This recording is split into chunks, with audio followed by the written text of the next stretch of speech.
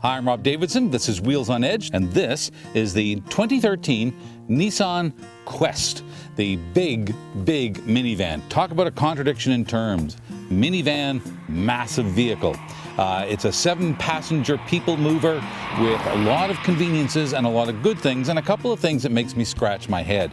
To begin with, let me just say that it is on the Ultima and Maxima platform, so it's a good, solid vehicle. It's got the CVT transmission hooked up to a 260 horsepower V6, so it's got lots of power, all the power you're going to need to get up on the highway and go on those long trips or back and forth to the soccer games.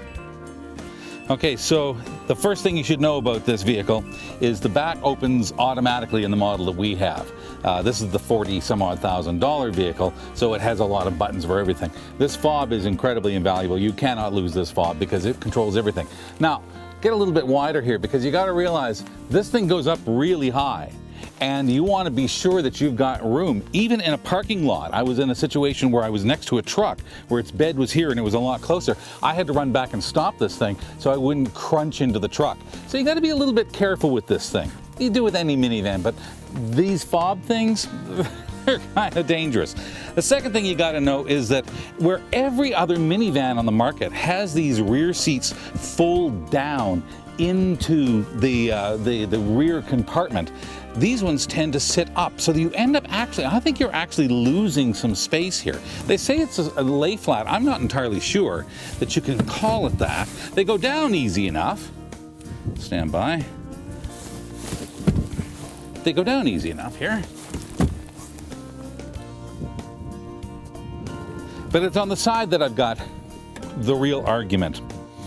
The buttons to move these seats are actually a little confusing. You've got a button up here to kind of move this forward, but it doesn't take it all the way back. You have to go right down to the bottom, and that finally lowers it all. But again, this is the amount of space down here. You're losing all of this space because these seats can't be removed or they don't fold into the floor like the Chrysler Stow and Go. So you do have a flat space, but it's not, you don't have as many liters of space, as much space as you do in some of the other competition. So don't get me wrong, this is a really solid vehicle. It's a great people mover, improvements galore over when it first came out, and it does have the lowest fuel economy numbers of all the people mover vans out there. I just kind of wish they'd fix that floor thing.